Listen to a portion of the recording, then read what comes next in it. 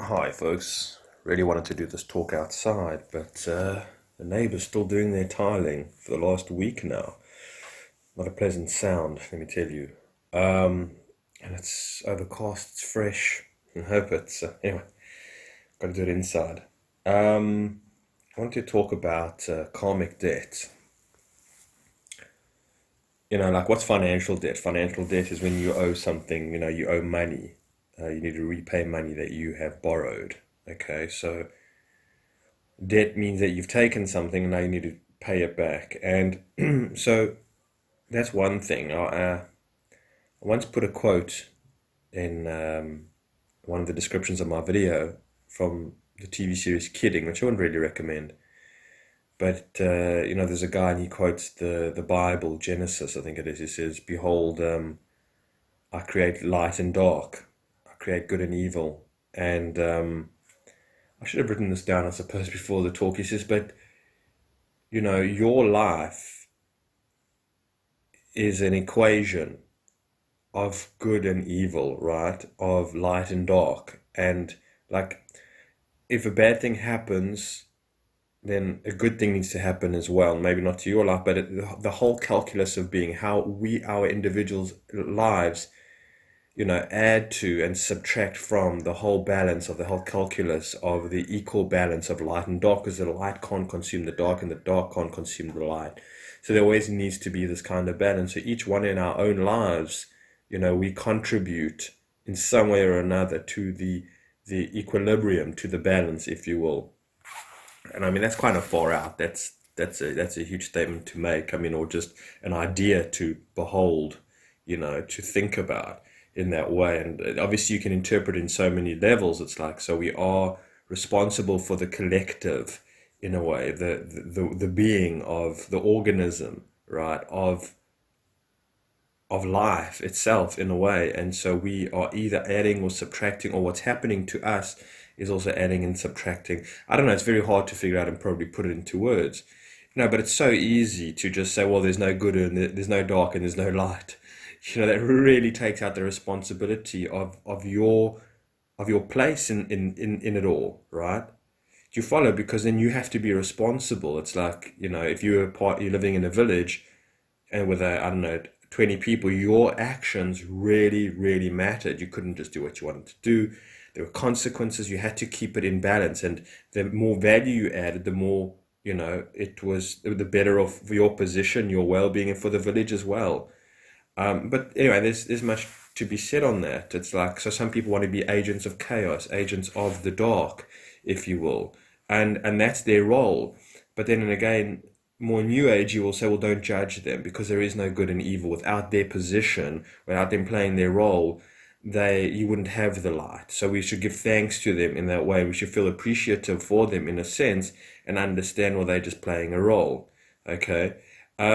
So you can break this down into perspective, but then again, you kind of take away the meaning of it all by justifying it from that point of view. Like, just to say, well, I don't really want to get into this. I don't even, I haven't really thought about this, but I suppose we can chat somewhat about it. It's like, because again, it's this nullification of evil that it needs to exist for it to belong. And that is the duality of this nature, but then I think there's almost like what's happening, what I think is the lack of love and the lack of innocence, right? It's like, if you choose to create karmic debt, if you choose to be more of a dark force than a light force, right? In your own life, on your own personal soulful level, there is going to be existential angst, suffering, and great despair, right? And great disconnection from yourself. So what do I mean? Let's just take my aunt, for example. Sometimes I don't want to get too personal. And, her husband is very, very dependent on her financially. He retired at a very young age, and he just feels that, my aunt will take care of him and whatever it is. And he had a panic attack last night. He had a dream, a nightmare, right? That he was at the bank, and he's probably in his mid 70s now. Yeah, he went to the bank to plead them for money to pay back his debt, his financial debts, also his financial debts. And he was freaked out. And so, I was talking to my aunt about it, and I said, well, you know what, this is maybe the fact that he's dependent on you for money, that he's dependent on his children for money. And it's not a terrible thing, but like, you know, in himself, for my uncle, right, he has debt to pay. I have debt to pay. We all have certain amounts of debt to pay, karmic debts, spiritual debts, where we didn't act in love. We didn't act from the higher good, from our higher selves, from our soul, our spirit, if you will, right?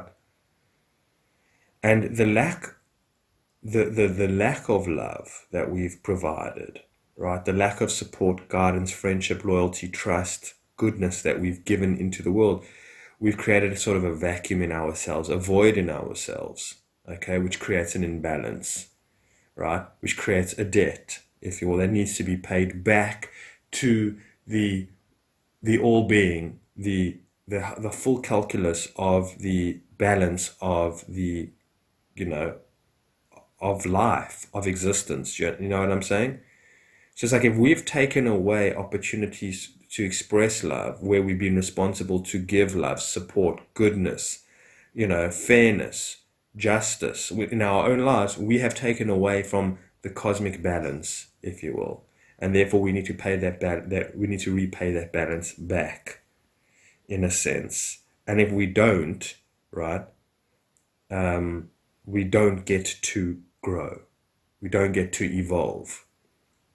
Okay, so you can play the bad guy as much as you want. You can bring in as much darkness as you want, but you on your own personal level will just be going round and round and round and creating more and more, division in yourself, more and more pathology in yourself, more and more darkness in yourself, right? And you become, I feel, you get stuck here, in a way, just going round and round on the wheel of life, the samsara, the wheel of life. And it's through your own actions, right? So what I'm saying, this is where choice comes into it. There's a lot of theology that believes, no, there's nothing you can do. You just keep going round and round and round. And then once you've reached enlightenment and you've realized the practicalness, or the calculations of it all, the dynamics of it all, the software, the programming of it all, the metaphysics of it all, then once you've reached that enlightenment, then you can evolve out of the state of flesh, being, materialism, matrix, reality, third dimension, if you will.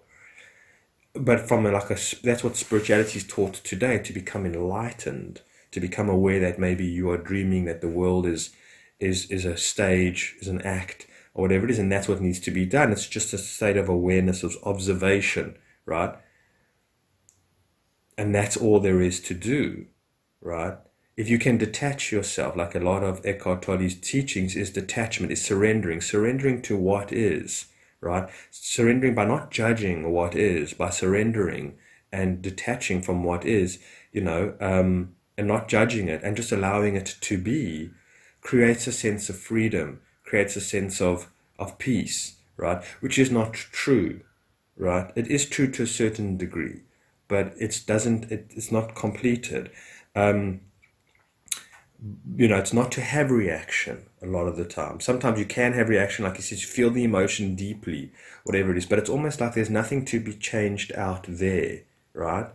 And there's almost nothing to be changed inwardly at the same time. It's just mere observation, right? It's mere experience, in a way. There's nothing much to really do physically, right? There's nothing much to correct, in a sense, if you will, right? It's just perception. It's just mind. It's like how you perceive something is how you wish to see it and how you wish to understand it, and suffer because of it a lot of the time. It's your perception, because that's what the New Age a lot of time teaches, is that it's not necessarily dark, because without the dark you won't have the light, without the light you won't have the dark.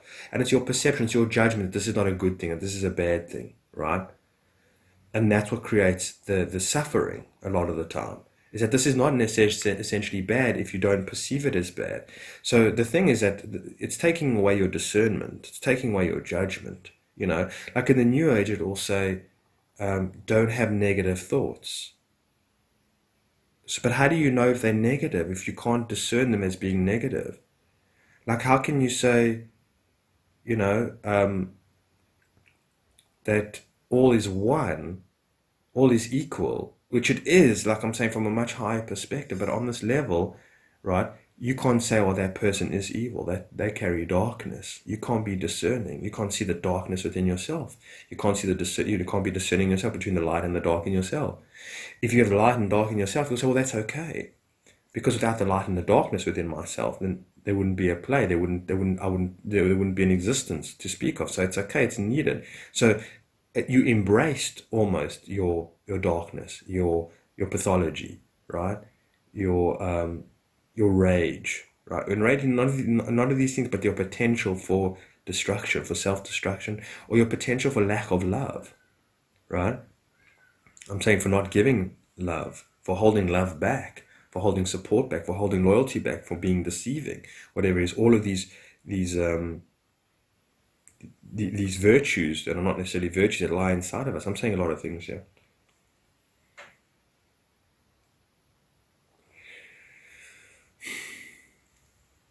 It's complicated, doesn't it? At times, you know. You can't simplify this. You cannot simplify it in a way. Life is very messy. It's very complex. It's very much grays in the whole in the whole experience of it. Okay, so let's just carry on. I think I just want to stop this and restart. All right, so um, let's just, I mean, there's much to be said. We could speak for hours, we could speak for days, we could speak for months, years, lifetimes. I mean, there's just so much to be said, you know. Um, so yeah, you play your role, you know. But the thing is that I think what real suffering is, right? Not just discomfort, as Eckhart Tolle would say, that suffering is optional, discomfort is not. Which again, I don't know the difference between discomfort and suffering. In a way. But I think what happens is that the existential despair of the soul, of the suffering of the soul, which is beyond the mind. It's like, well, you can chase bliss and try and feel good and feel powered and feel, you know, that you are good and you can manifest whatever you want to manifest, baby, and you are it and it is you, and it's all just cosmic radiance, beauty, love, just spewing from every orifice of your body, every pore of your being, and it's just, can I get a amen? You know, can I get a hello? Ralph Smart, you know, whatever it is. And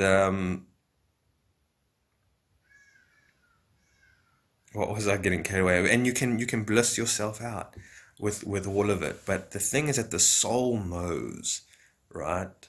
The neshama, as they say in Hebrew, the soul knows, the higher self knows and sees all, in a way, not all, but sees what's going on. And like the soul, like I did that video, I did that picture of when that woman was speaking on my last video, which, look, I mean, today is, I think, the 22nd of October, 23rd, and that video that I did was probably on the 1st of October or something, about 3 weeks ago. So I'm very far behind in my videos. But anyway, the video was, so I guess it's important to mention it, that because these aren't in sync, is that, you know, there was this new ager type of woman. She's not new age, she's non-dual. Anna Brown, I think her name is. You know, watch her videos. Jesus, man. I mean, you can see you can see she's an agent. You know, she throws up all the hand signs. She's, you know, the whole shebang. Every video of her is just like power, power to you. It's love, baby. It's, you know, and it's like, you know, and she contradicts herself in every few sentences, whatever it is. Now, some of you might say, well, why don't you watch this shit, Aaron? Like, why don't you just leave it on? I'm telling you, I learned so much from these people. They grate me, they irritate me, they get under my skin for different reasons. You know, they're annoying, a lot of them. But you learn so, even a Neil Don, I learned so much from them because I can see how they've crafted and they avoid the darkness. I see their mechanisms of how they operate. I see the mapping, whatever it is. I see the intention, and it brings out so much information to me. It's unbelievable. It really, really does. You know, I mean, it really does. Anyway, so these people, boom, like positivity, positivity. And there's nothing wrong with positivity. Let me just, you know, verify. There's nothing wrong with positivity, but like you have to be realistic at the same time. I mean, they've done these studies that they said that people who think positively about the future often don't take actions to make that positive outcome, right? They just visualize it being positive, and they're not prepared if it doesn't go well. So if something doesn't turn out well, like, well, I know I'm going to get this job, so I'm not going to look anywhere else, whatever it is, and they don't look anywhere else. They only put all their bets on that turning out that way. When it doesn't, then there's such devastation and such heartbreak. And it's like, well, I didn't think about it. Like, I don't know, imagine that you lived in nature and we're like, I believe it's going to rain today. And that way I can finish all my water that I have now because I believe it's going to rain today. I'm going to be positive. The clouds are looking great. It's whatever it is. We often think from a first world type of reality comfort, like I'm going to get, and it's small things, like things that we can buy online or that we could, I'm saying access to, but, and a lot of the sort of positive, like upbeat, whatever, are the people that are living in first world countries, living on a farm, living not self-sustainably, whatever it is. Go into the drug cartels in Mexico, right? And whatever it is, these drug dealers or these, whatever it is. I mean, go into the India, of what's that place called, of the slums of India. What's it called? These places. Go into these third world countries, man. Go into these countries where the children's bellies are swollen, they're full of flies, and 1 out of every 3 child dies. Go into these places and talk about positivity or whatever it is. And if you can visualize it, then it can be yours and things like that. Do me a favor. It's done by, I'm sorry, I don't really believe in privileged people, but it's done by privileged people, right, that have access and connections to a lot of people, that have money, that have resources of some kind or whatever it is, that aren't fending off, sort of, I don't know, armies. You look at like Ethiopia, 60-degree temperatures. Meanwhile, guys are walking around with AK-47s. They're all fighting with each other. There's no water. 1 out of every 3 children die, whatever it is. I mean, it's abject poverty, it's starvation, and whatever it is. And this is what's going on. And what was my point that I was saying now? Damn it. These worsened conditions. I think it's talking about visualizations and try and visualize things. I mean, whatever it is. It's like, don't be ridiculous. It doesn't work. And if it's a law, then, and I wanted to talk about the law of karma. Like they talk about all the good laws, the laws of attraction, right? The laws of manifestation. Like you can manifest whatever you want, have the life that you want now, like the, what's her name now? The Australian woman who made The Secret and all the other people that jumped on board, right? Jesus, my memory this morning. Anyway, and so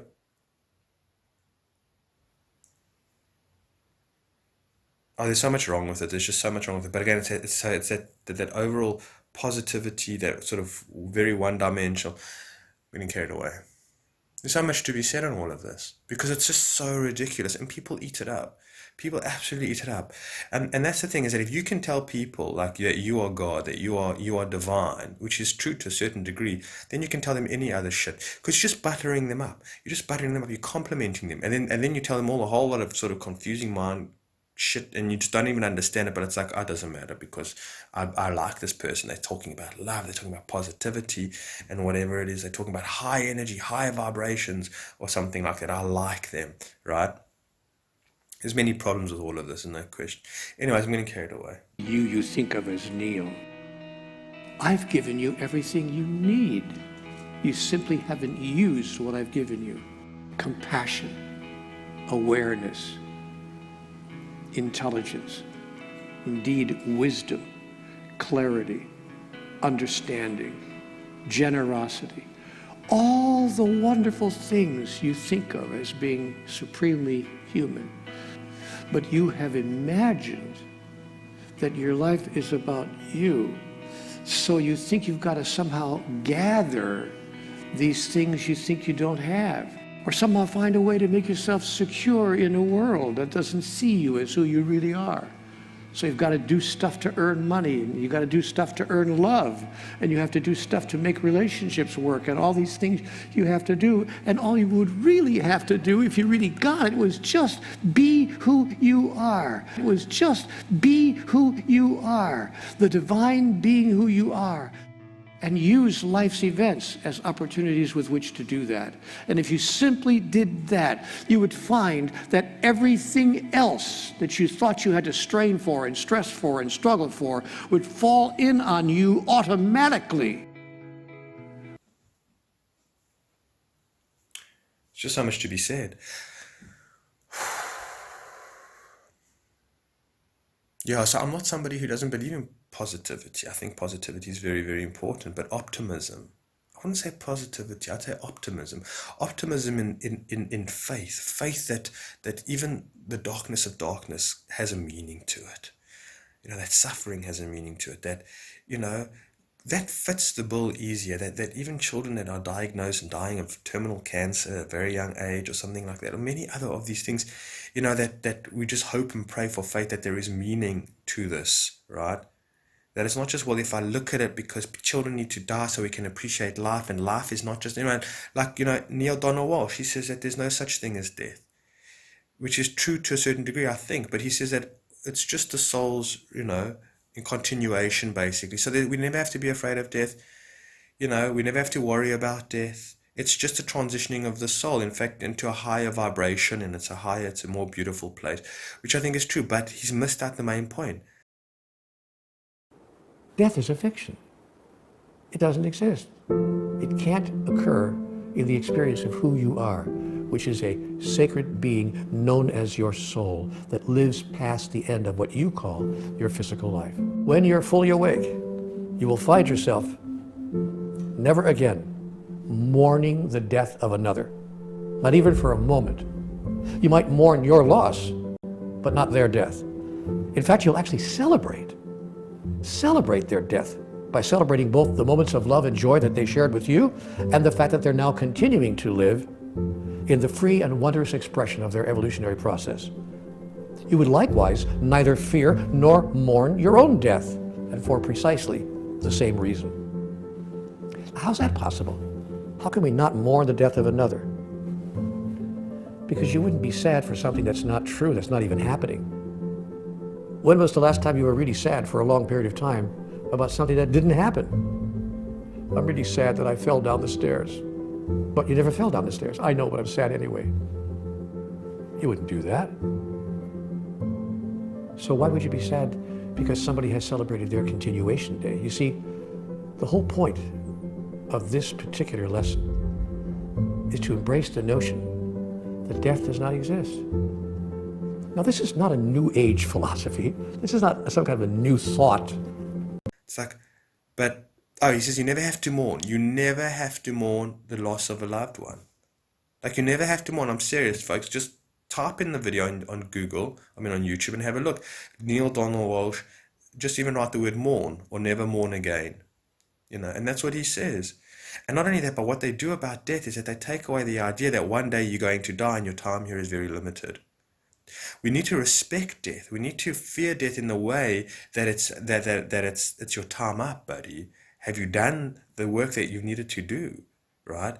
Have you paid your karmic debt off, right? So don't just look at death. Oh, it's such a blissful state of the body, the soul's, like elevation or something like that. It's like, hey, buddy, like, have you done, you see, and that's what they do. So they only take it from one side. And not only that, but but what happens if a child, dies? There was a woman here about 2 months ago. She was traveling in a car with her husband, her 2 children, and her mother and father. The car was totaled, rolled. Something happened. She lost both her parents, her husband, and the one child. And I think the other child is critically, ill, in hospital, in critical condition hospital. She's okay. Now, Mr.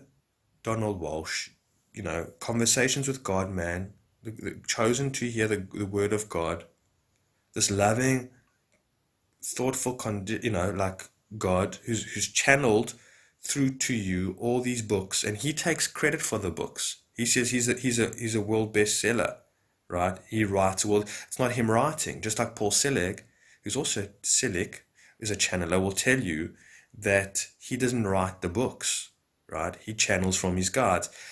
People of true channelers will not take credit for the books. That's I'm just a messenger. I'm just writing it down. It's just coming. It's not me. And even though Neil, it's his conversations with God in that way, so that's maybe that part. It's not that he's even written the book, it's just a conversation. And firstly, I don't even believe that it's he himself. But even his channeled work, it's like he's written it. They say, you haven't written it. Or, it's not all you that's written it. And what's brought you to your fame, so-called fame, not that Oprah has pushed you and that you've been pushed on YouTube and you've been pushed, by the New Age agenda and the UN and whatever else it is. It's not that you've been pushed. It's that you've teamed up with so-called God here, or Jesus. I mean, if you want to get into other sort of written material, he goes straight to the source, right? He's got the grandiosity to do that. And not only that, but he looks the part. He looks the part. He's a white man, right, with a white beard and white hair, and he's a little bit chubby. You couldn't get any closer to this. Like, that guy, that Asian chap who's the scientist, Michio Kaku, or whatever his name is. Don't tell me that guy isn't like sort of a lookalike to Einstein, the same hair, the white hair, whatever it is. Like, these people are planted there. These are the Agent Smiths. Like, what's his name? Neil deGrasse Tyson. Tyson? Neil deGrasse Tyson? Whatever it is. You're telling me the guy they all in on it. Bill Nye the Science Guy. Even the people from, you can't believe how many plants there are. Even in the New Age, even like a young guy, I was watching a young guy, he was like, breaking down the New Age movement, which he wasn't doing at all. He's like a Russell Brand kind of guy, an English guy.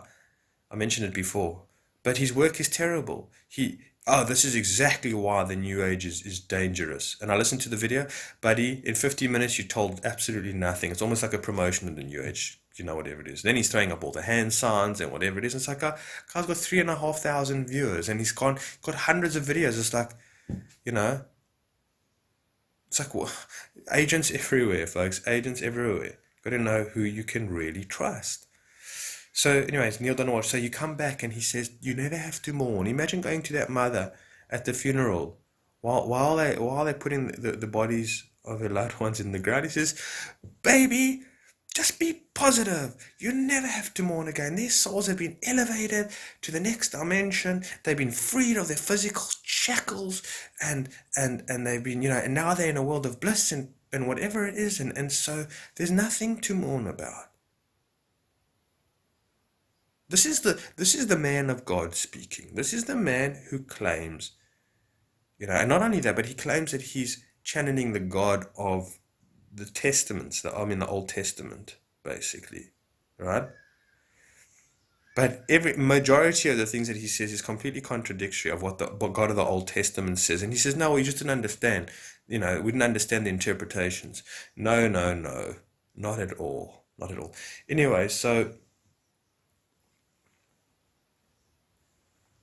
I don't know, what am I saying? I've just gone on such a tangent. And some of you folks might say, well, Aaron, why do you get involved in this stuff? Like, because this is life, because we're figuring it out and we're looking at the darkness in order to figure it out. We're looking at the equations, to balance it out, to see in ourselves, okay, what is it that we need to do? What is it that other people are doing that we can see is confusing them, is hurting others, is manipulating others, is deceiving others? What is it that we can see in ourselves how to be true and authentic, because they are giving us the opportunity so we can see who we truly are, or how we can truly behave and act and whatever it is, and get in touch with our intuition and see and whatever it is when we're being inauthentic. So they are teaching us, they are teachers, I agree with a lot of the New Age teachings, right? I mean, there's a lot of truth in it. I don't know if this is a New Age teaching, but everybody's here to teach. Everybody's here to teach. But on the individual level, even though you're a teacher of the dark, doesn't justify your position, doesn't make that okay on a soulful level. You will still, in yourself, be incomplete. You will still feel pain. You'll still feel neglect. You'll still feel shame. Underneath it all, your higher self will feel that, right? And I believe you just keep on coming back here. And this world is can be a type of hell. It needs to be that type of hell. You need to sweat here, right? It needs to break you in so many different ways because you just don't want to come back. It's going to make you as uncomfortable as you possibly can, right?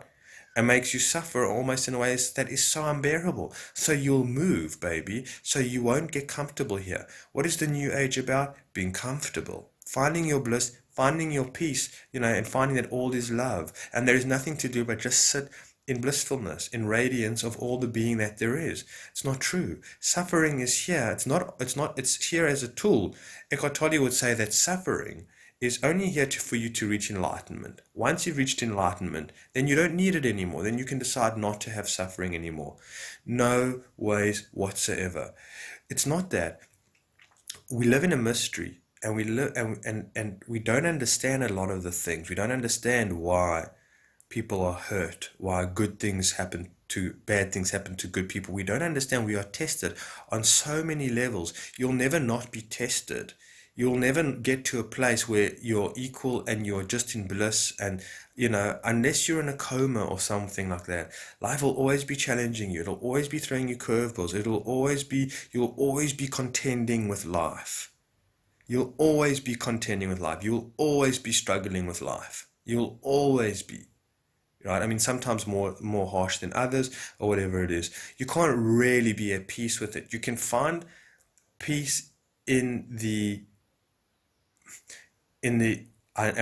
understanding that life is a struggle, right? That life, but it's like, you're climbing, and I'm not saying that you're not climbing at the same amount, like a mountain.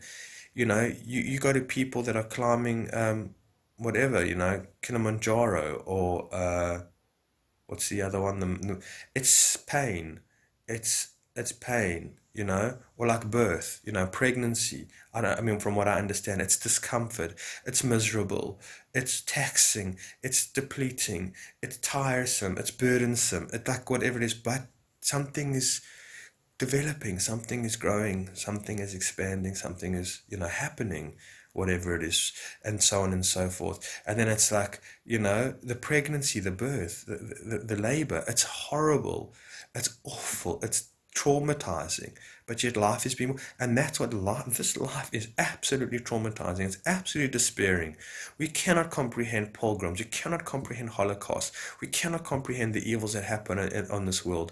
We cannot do it, no matter how much at peace you are, or whatever it is, and the trauma that you can see. I mean, like, I was watching this thing on this Mexican drug cartels, that they go after the policeman, and this young guy, the police, they beheaded him, and they left his head and body, decapitated, lying on the ground, and then it's just horrible, just to send a message.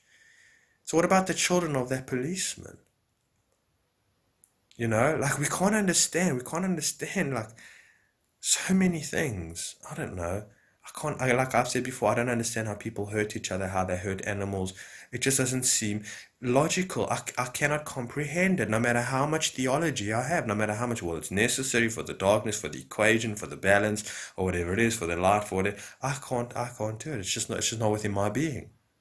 I have to detach myself completely and almost become, just numb myself, and just sort of maybe just completely distract myself from it and deny it. And that's it, deny it. And that's the biggest thing. Deny the Matrix, deny the Truman Show. That's why it's, for most people, denial, deny. And then we talk about people's depression going up and anxiety going up. Why? Well, because they're in denial. They're in soul denial, right? They're not connected with themselves. They're not connected with truth, right? They're living a lie. Well, it's genetics, it's a chemical imbalance, this shit just happens, whatever it is, but we got treatments for it or something like that. And sometimes yes, but sometimes, majority of the time, no. The way that it's pushed, there's a movie with Jake Gyllenhaal, or whatever his name is. You can check it out. It's based on, it's an old movie. I don't know what it's called, but if you search him in IMDb, there's a movie about, antidepressants and pharmaceuticals, and how they advertise and how they push it and whatever it is. And, so it's like, that's why, because we're in denial, right? That's what the Matrix is about. He says, ignorance is bliss. That's what the New Age is about. It's just try and be as ignorant as you possibly can of of your responsibility in this life, of your soul's disconnection from your soul, your lack of truth, your lack of authenticity. Just be who you are. How the hell are you supposed to be who you are when you have no freaking clue who you are? Right? Be who you are. You don't know who you are. Know thyself. Right? You have got an image of yourself that is almost hardwired into your brain. And it's generally not a good image of yourself that you were given to by your parents or by your religions, by whatever it is. Hardwired, traumatized, by your society, by your culture. The critic, the self-critic, they never talk about the critic in that way. They never talk about them. It's just that you must just be who you are. Be who, and it's ridiculous. You don't know. We see all these t-shirts because the new age has infected everything. Just be yourself. Be beautiful you, or whatever it is, and whatever it is. And we have no idea. Anyway, that's a whole nother discussion, right? We're completely ego-driven. We're wearing these masks. It's like, to get these masks off is dark nights of the soul. It's real. That's real shadow work. They don't talk about shadow work. They don't talk about shadow work. It's just be yourself, just naturally. When you wake up in the morning, just radiate that thing. Visualize it. Visualize the good, and it will come into your life. It's very dangerous. People are doing this everywhere around in the world. I'm saying, because of Hollywood, television, media, songs. We don't realize how infiltrated it's been with the new age thought in that way, and in so many levels. So be who you are, whatever it is. Another thing is that, God created humans so he could experience himself through them. I was thinking to myself, why would God want to experience him or herself as a rapist of a 4-year-old baby? Why would God want to have that kind of experience? Or, as a Nazi that are just rounding people up, children, mothers, pregnant, fathers, the elderly, and taking a machine gun and just mowing them down, whatever it is. God really, he was bored and wanted to have an experience of what it's like to mow down innocent men, women, and children. That seems about right. That seems about, this idea that we're here so that God may experience himself through us in that way. It's like, well, what? You see, it doesn't make sense. Maybe I'm not understanding this. Maybe I haven't got the quote right. But there is this idea. There is this idea that all there is just God having an experience. That there is no you, right? There is no critical you. It's just you, because there's all one, right? And it's all radiance of the same source. And so it's just a happening, right? This is the non-dual, but non-dual is tied into the new age and whatever it is, and many other teachers. So I can experience myself through you, So so God needs to experience aspects of himself. And you say raping a 4-year-old baby, that's absurd. I've never heard of that. Just Google South Africa. Just have a look at, just have a look. Just have a look. No problem. There's no limit to the rape. The age of the rape can happen of a 2-week-old baby. I'm sorry. I'm not making this shit up. I'm not making it up. I'm not trying to be dark. I'm not trying to be sensational. I'm not trying to be that at all. 80-year-old woman raped, 90-year-old woman raped, no problem whatsoever. Gang raped, bring it on, baby, bring it on. News 7. I said this in I think my last recording. Not sure if I edited it out, but 17. It was actually a 17-year-old boy murders both his parents and drags them behind the car. Dumps their bodies in a bush. God, you had whatever. I mean, so that's it's, do me a favor. It is so damaging. It is so, but a guy like Neil Donald, she doesn't realize what he's getting into. I mean, I'm sure when they sort of sign him on, they recruit him. They look for people like this, and they're like, oh, okay, we got this guy. They go to high schools. They check this. They look at the people. They select out these kind of people. These channelers, these whatever it is that can play the parts. and they say, okay, yeah, no, we've got you, whatever it is, we will mold you, we will educate. There's plenty of them, whatever it is. So they find them out, they teach them, they educate them, whatever it is, and they say, sure, you'll be a worldwide bestseller. You'll give lectures around the world. You'll be a multi millionaire. You'll be rich and famous, baby. And they'll be like, yeah, why not? Ah, it sounds great. They don't realize all the catches. It's like a lot of these hip hop artists or whatever it is. They sign on to these contracts. They have no idea what they're getting themselves into. They have no idea. Look at Lauryn Hill. She sings about how she wants to break away and get out of it all, and Michael Jackson spoke about it. They're all because, little do they know in the beginning how nefarious these people are and what they're really about. We have no idea about it. So a lot of these people, anyways, I'm going off on a tangent. I just enjoy talking. It's just when I have these conversations, it helps me connect with the space, with the bigger picture of things, and with the universe, just whatever, just, I don't know that word again, universalness of it, but again, it like gets me high. Gets me high.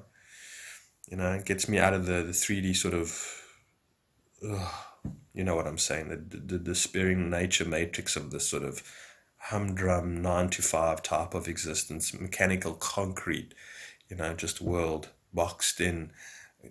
That frustrates me. Speaking to some people in my family that are so one-dimensional, it's like, you think the virus can live on a surface for like 25 days? And, this person, the stories that I hear, anyway, let me end off.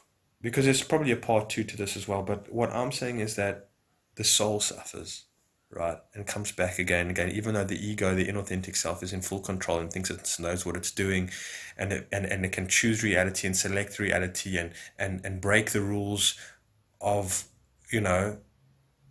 however it wants to, because be thy will should be the whole of thy law, do whatever you want, type of thing. You are God, so you can do whatever you want. That's kind of implying that since you are God, you can do whatever you want, right?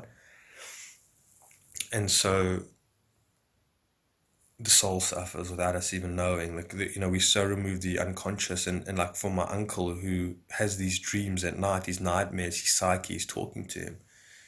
And he's saying, well, what kind of debt are you holding, my man? Like, what do you have to look at? What can you do now to rectify the lack of love that you gave to your children, the lack of support that you gave to your children? How did you hurt them? How did you deceive them? How were you disloyal to them as a father figure? How did you let them down? Maybe you should go and sit at their feet, I'm just saying this in a way, and apologize. And apologize and ask for forgiveness and say, I know not what I did. I was hurt. I had my own troubled childhood. I had my own coping mechanisms. I didn't know any better. I was selfish, right? I didn't even know that I was being selfish. I thought I was doing the right thing, but I regret. I'm in shame. I could have done better. I wish I could have done better. Maybe I'll have another life where I can do better, and I'll make it up to, not just all the children in my previous lives, or even whoever else. I'll make it up. I'll do right. I'll do better. I promise. Please. But in this lifetime, before my time is up here, because even though death is just a transitioning, merely a transitioning, whatever it is, my time will be up here, and the actions that I've caused and the damage that I've done, will weigh heavy on my soul. And so please, I ask of you, I beg of you, believe in yourself, love yourself. Don't believe any of the lies that I taught you or the feelings that I gave to you about yourself. Don't believe any of that, please. It came from a broken man, right? An insecure man, right? And please, I beg of you, I ask of you, whatever. Something like that. That's true shadow work. That's true awakening. That's true enlightenment, if you will. Enlightenment is being aware of your unconscious behaviors, right? The darkness that lies within you, the separation that lies within yourself, the division, the disassociation, the pathology that lies within yourself. That's what enlightenment is. not some kind of, well, I had a peak experience and I had a moment of where everything was all one and whatever it is. Okay, great, fine, you know, but it's like, you can experience it in orgasm a lot of the time. I'm sorry to say. I think I've had these enlightening moments, experiences, and they don't last long, right? A lot of them aren't very memorable, right? And it's, and what can I take from it, really? What can I take from it? So enlightenment, if you ask me, is seeing your own shadow, seeing your own separation, your own split between the inauthentic self and the authentic self, between, the mind and the heart, if you will, in a sense. Again, this is not that the mind is bad or whatever, it's to see the separation within yourself. That is enlightenment. And then bringing it back together, is completion in that way. Although you're already complete according to the New Age. You're already complete and there's nothing to do. That's incorrect. You see, they create such nihilism, they create such apathy in your life and all they're offering you is the now. You see, that's what they're taking away everything and they're saying, well, just be absorbed in the now, right? Because the observation of you being in the now nullifies everything, right? Because Eckhart Tolle says it removes you out of time and space in a way. You become spaciousness, you become boundlessness in a sense. You become infinite, and in that nothing can hold, nothing of evil or darkness can be held in that space. No negativity can be held, no unpleasantness or whatever it is. From that perspective, but again, I'm already lost on what he's saying here, because it's not practical, it doesn't really make sense. So all they're offering you is the now, right? So just focus on the now. It's so narrow-minded. It's like they go, focus on a pixel in a painting, one pixel. Just focus on that, because that's all there is, that's all there is, that's all there ever is. Be like, you see this picture behind me of these elephants, right? It's made up of hundreds and millions of different kind of, well, I don't know about hundreds and millions, but pixels, whatever it is, right? But no, just focus on this one pixel here. You focus on this one pixel here, you cannot see the whole picture. You cannot see what the hell's going on. You cannot see how the now, you can't. The now is true. All you have is the now in that way, but only in language. Can you break it down to that degree? And that's a whole nother thing. We should try and just get into all of these sort of half truths within the New Age movement, And I understand about being present. It's so, so, so very important. There's no question about it. But there's so much more to being present. There's so much more, than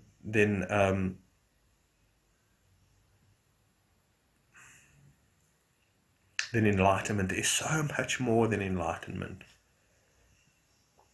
Eckhart Tolle's videos in the beginning, it starts off enlightenment. There's a word enlightenment. What the hell is enlightenment? What the hell is it? Realizing that you're not a separated being, realizing that all you have is the now. I know, folks, I got a dentist appointment that I got to get to, So I got to get running. But that's what I'm saying. When you've added to the darkness of the world through your own actions, you keep coming back, the soul weighs heavy, right, without you even knowing it. The psyche, whatever it is, more pathology is built, more a mold is grown in a way, more darkness, more life, more karma is being created, more damage is being created. The New Age, Neil Donald Walsh says that there's no such thing as karma, right? If you watch one of his videos, they ask him a question, and according to what he says to God, he says there's no such thing as karma. Right, so there's no such thing as responsibility. Obviously, he's going to say that. Obviously, so you completely let off the hook. Check it out. I'm not making it up, folks, please. I mean, I can try and leave the links in the videos if I remember, but I won't remember. But look at it. Neil Donald Walsh, karma. That's all you got to write, right? There's a conversation with him in an Indian guy. I don't know if he's Hindu or Buddhist or anything like that, and he asks him about karma.